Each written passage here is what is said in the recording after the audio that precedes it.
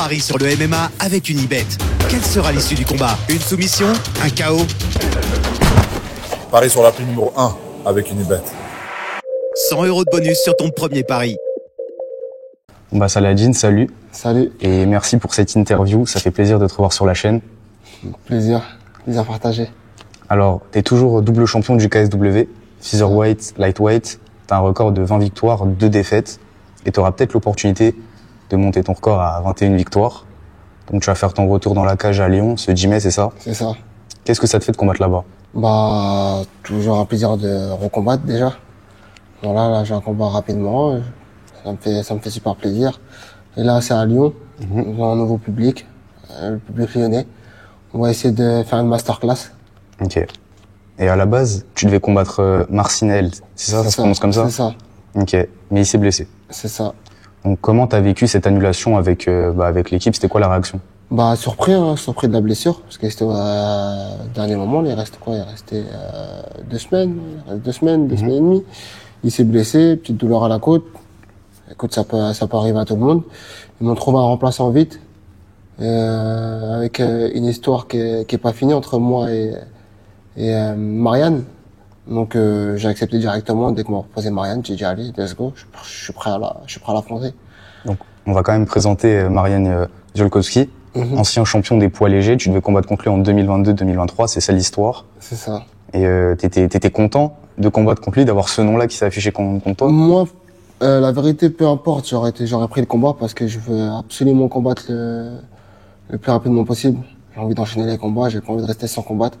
Donc ça aurait été n'importe qui, j'aurais combattu. Okay. Après là, c'est en termes de préparation, elle est différente parce que Marianne et Marcin, elle, ça n'a rien à voir. Okay. Marcin, elle est plus petit, Marianne est plus grand, largement plus grand. Et même en termes de combativité et de style, ça n'a rien à voir. Marcin, elle est plus focalisée sur le sol et sur le grappling, alors que Marianne il est plus complet et plus striker quand même. Ok, comment ta préparation elle a changé justement à ce niveau-là? T'en as un il est grappleur, t'en as un il est striker. Qu'est-ce que vous avez fait? Tout a changé, ça n'a rien à voir du tout. J'avais fait plus de prépa au sol, donc j'ai fait moins de sparring, mais ça change rien à ma détermination. Donc voilà, j'ai accepté direct parce que c'est des choses qui peuvent arriver et c'est pour ça que je reste prêt tout le temps à des blessures. Ça peut arriver à n'importe qui, donc faut que je sois prêt pour n'importe qui, donc voilà. Ok. Et au-delà de la victoire, c'est quoi ton plan dans le combat même? Mon plan dans le combat même, de le finir, ça va être un combat assez difficile parce qu'il est grande taille, donc je pense qu'il peut me toucher avec son allonge. Je vais essayer de déjouer tout ça et de mettre une grosse pression dès le début et mettre du rythme et instaurer mon style de jeu. Et j'espère finir le combat le plus rapidement possible. C'est quoi ton prono pression, on va dire? J'ai pas de pronostic, en plus j'aime pas m'aventurer dans ça, mais j'espère le finir au 3e round. Ok. Et une fois ce combat passé, qu'est-ce qui t'attend dans ta carrière? Poursuivre ton règne feather lightweight au KSW. L'autre fois on avait parlé aussi de boxe dans notre interview. Ouais. C'est quoi tes priorités? Peut-être j'aurai un combat boxe anglaise. Ok. Rien de sûr, mais normalement ça doit le faire. Et j'ai attendu aussi peut-être la revanche contre Bartos. Okay. C'est ce qui se disent. Donc après je sais pas vraiment. Voilà, j'en discute avec mes coachs tout ça, mais quand j'étais en Pologne là il y a samedi dernier, ça parlait de ça, donc peut-être je sais pas. Triple ceinture toujours ouais, peut-être, je sais pas du tout. Mais déjà je dois gagner mon combat contre Marianne. C'est le plus important. Juste après ton fight, il y a l'UFC 315. Ouais. C'est 315, tout le monde sait. Ici, en tout cas, Manon Fiorot, elle combat pour la ceinture contre Valentina Shevchenko. Est-ce que tu penses qu'on aura enfin un premier champion sacré tricolore? Je pense. Après, ça va être un combat assez difficile parce que ils sont forts tous les deux. Donc, je pense que ça va être un combat engagé pour les deux. Mais j'ai confiance en Manon Fiorot. J'espère qu'elle va gagner ce combat et instaurer son style de jeu dans la cage. D'ailleurs, tu penses quoi plus ou moins de Manon Fiorot, de son style? J'aime bien son style. Surtout son côté au niveau du striking, voilà, elle est très forte, donc non, franchement c'est propre. Et même si t'aimes pas trop le jeu du pronostic, là c'est pas toi, mais ce serait quoi ton prono pour ce combat-là? C'est dur parce que Shevchenko elle est forte aussi, hein. Ouais. Donc ça va être un combat difficile, franchement. J'ai pas de pronostic, mais j'espère Manon Fiorot va gagner ce combat. Ok, toujours sur cette même carte, Bah là, il y a une guerre, une grosse guerre, c'est le cas de le dire. Ouais. BSD, Joël Alvarez. Je sais pas si tu vois un peu le Ouais. style de Alvarez. Ouais, je vois un peu. Bah, je pense que Benassani a toutes ses chances, hein. Après, c'est vrai que c'est toujours difficile de recombattre après plusieurs défaites. Mhm. J'espère qu'il va se relever. J'espère que ça va être le moment pour lui de rebriller et de ramener une belle victoire, de belles victoires à nous les Français. Vous êtes entraînés ensemble ou pas du Plusieurs tout? fois, si, plusieurs fois. Actuellement pour... Actuellement, là, non. non, Actuellement, vous avez là, pas non. préparé vos combats communément? Non, rien à voir. Et pourquoi? Déjà parce que mes adversaires, ça avait rien à voir avec Benassani. Ok. Marcin Ed, il avait rien à voir avec Benassani. Marcin Ed, il est plus focalisé sur le sol. Mhm. Et Marianne, il est beaucoup plus grand. Donc, rien à voir. Deux styles différents. Ok, tu t'es préparé avec quel Français exactement pour ce combat?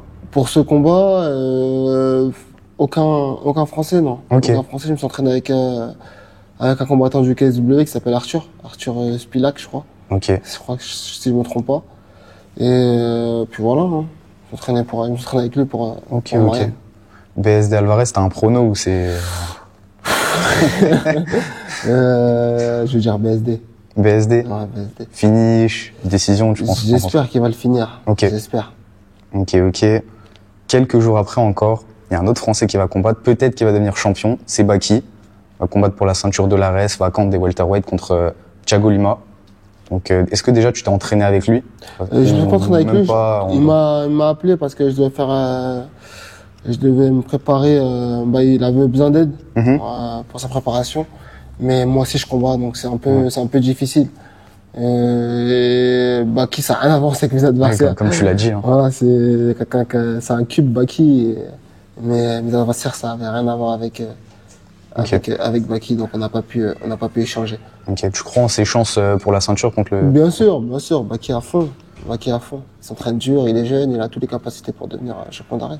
Et bah comme d'habitude, hein, ça serait quoi ton prono justement pour ce combat-là? Baki, je pense TKO troisième round, Ok. deuxième.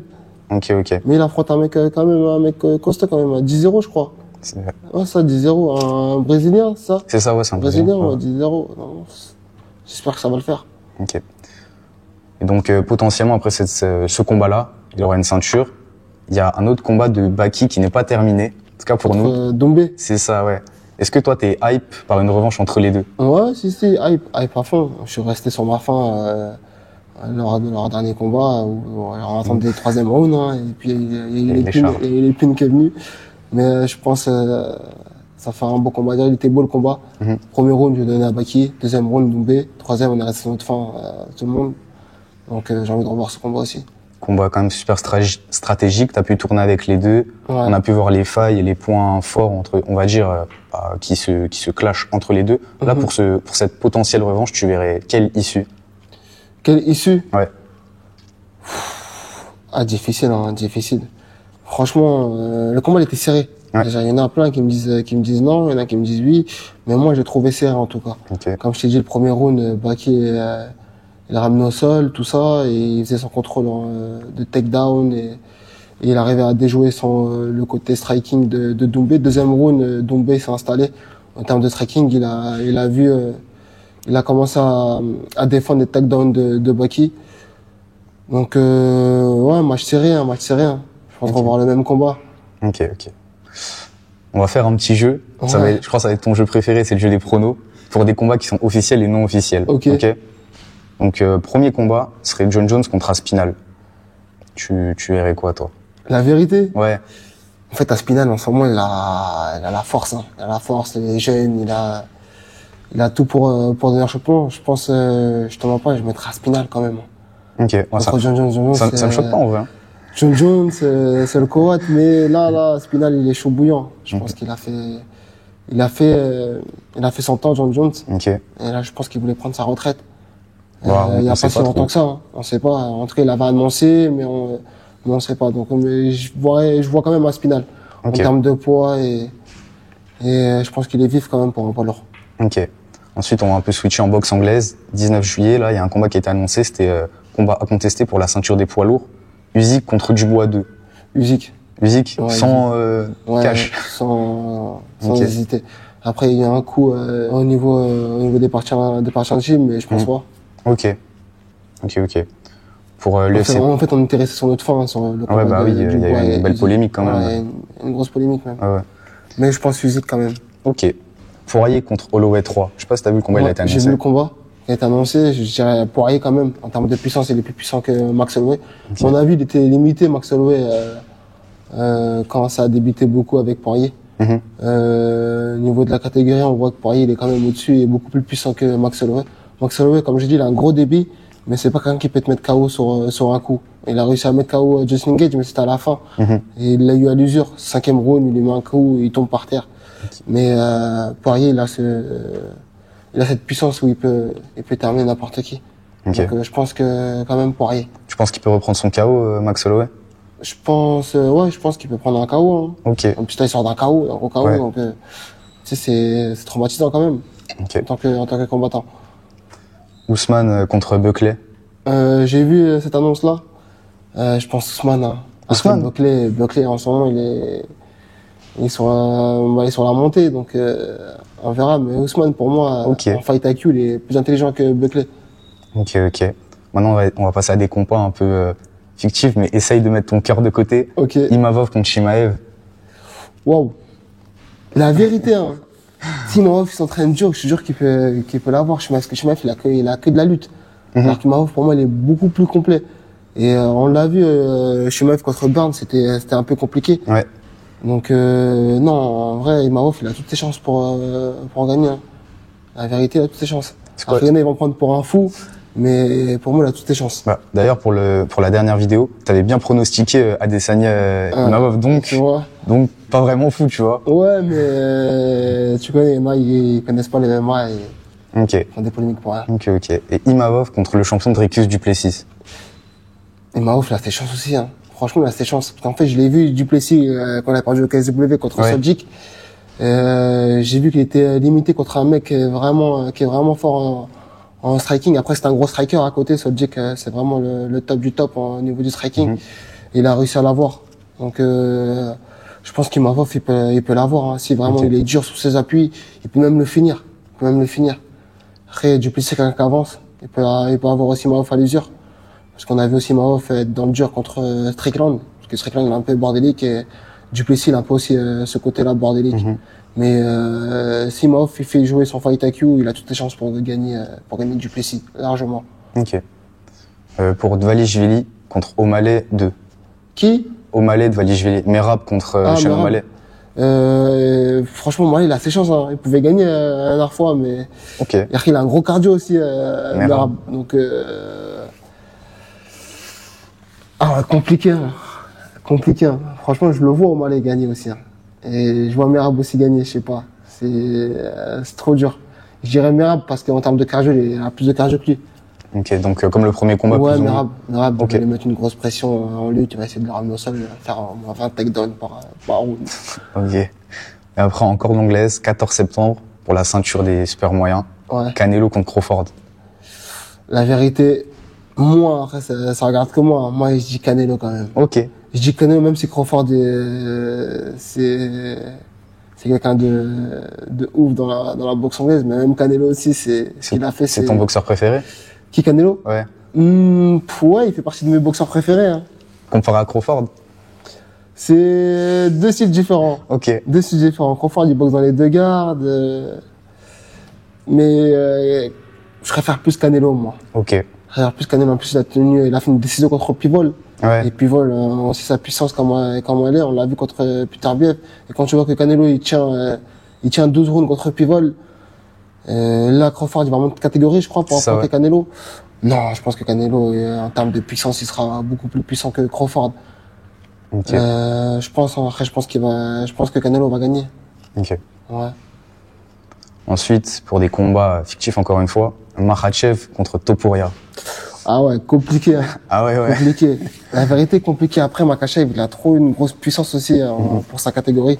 Quand il ramène quelqu'un au sol, il arrive bien à le contrôler au niveau du grappling et du jiu-jitsu. Après, je vois Topuria plus fort en termes de striking, mais en striking pied-point ou en striking pied-point. Okay. Pied-point, je le vois plus fort que Makhachev, parce qu'il met une grosse pression. Il avance comme un taureau, et c'est dur de contrer des mecs comme ça. Je pense pour le contrer, faut qu'il joue son côté pied-point. Son côté pied-point, Makhachev, en plus il est gaucher.